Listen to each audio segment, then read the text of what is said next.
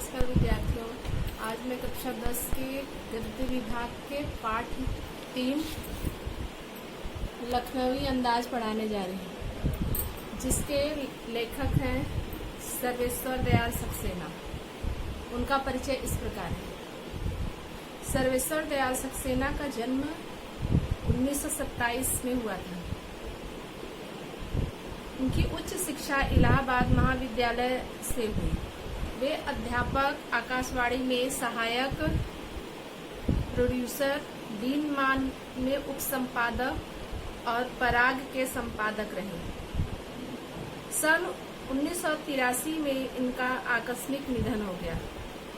सर्वेश्वर दयाल बहुमुखी प्रतिभा के साहित्यकार थे। वे कवि, कहानीकार, उपन्यासकार, निबंधकार और नाटककार थे। सर्वेश्वर की प्रमुख कृतियां इस प्रकार हैं: काठ की घंटियां, कुआनो नदी, जंगल का दर्द, खूंटियों पर टंगे लोग, पागल कुत्तों का मसीहा, सोया हुआ जग उपन्यास है। लड़ाई कहानी संग्रह है। बकरी नाटक है। भौ भौ खौ खौ, बतूता का जूता, लाख की नाक बाल साहित्य है। चर्चे और चरखे उनके लेखों का संग्रह है। खूंटियों पर टंगे लोग पर उन्हें साहित्य अकादमी पुरस्कार दिया गया था। अब हम इनके द्वारा लिखित लखनवी अंदाज की कहानी संक्षेप में पढ़ेंगे। लखनवी अंदाज लेखक द्वारा लिखित संस्मरण है। एक बार ये कहीं जा रहे थे। वह सेकेंड क्लास में नहीं जाना चाहते थे, लेकिन उनको भीड़ में नहीं जाना था, क्योंकि वो रास्ते में अपनी अगले कहानी के बारे में कुछ सोचना चाहते थे। इसलिए उन्होंने सेकेंड क्लास का टिकट लिया और जैसे ही ट्रेन के डिब्बे में बैठे, वहां पर पहले से ही एक महाशय मौजूद थे, जो सफेद पोश नवाबी अंदाज में बैठे हुए थे।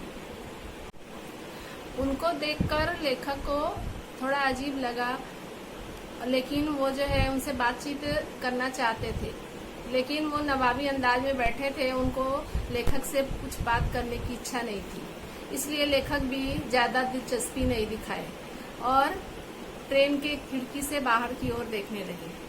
कुछ ही देर में उन्होंने देखा कि जो नवाब साहब बैठे थे, उन्होंने अपने पास 2 खीरे एकदम ताजे रखे हुए थे और उस खीरों को जो है उन्होंने सबसे पहले लेखक को पूछा कि आप खाएंगे, लेकिन उन्होंने मना कर दिया।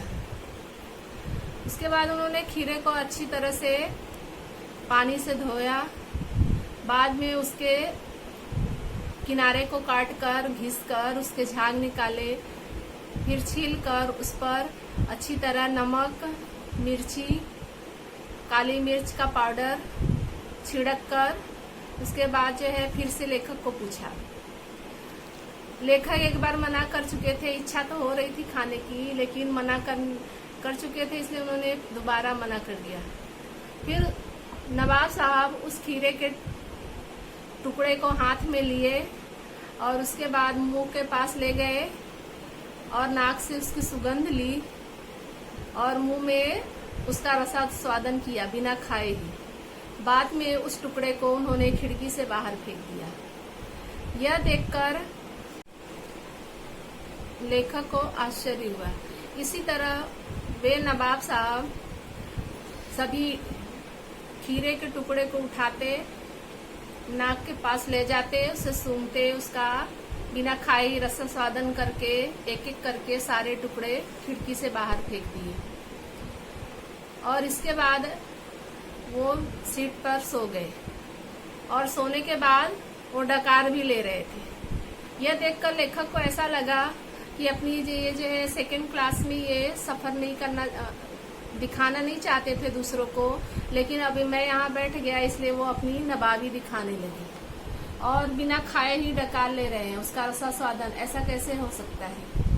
फिर उन्होंने देखा कि जो है एक नवाबी अंदाज में एक व्यक्ति बिना खाए अगर सिर्फ उसको सूंघ कर उसका रसास्वादन करके पेट भर सकता है, तो एक लेखक बिना पात्र, बिना घटना, बिना स्थान के भी काल्पनिक कहानी लिख सकता है। ये देखकर उनको लिखने की, बिना काल्पनिक कहानी लिखने की प्रेरणा मिली। और ऐसे व्यक्ति से भी मुलाकात हुई जो नवाबी चले जाने के बाद भी अपना शान शौकत नहीं भूलते और उसे दिखाने की कोशिश करते हैं, जो असलियत में होता नहीं है। धन्यवाद।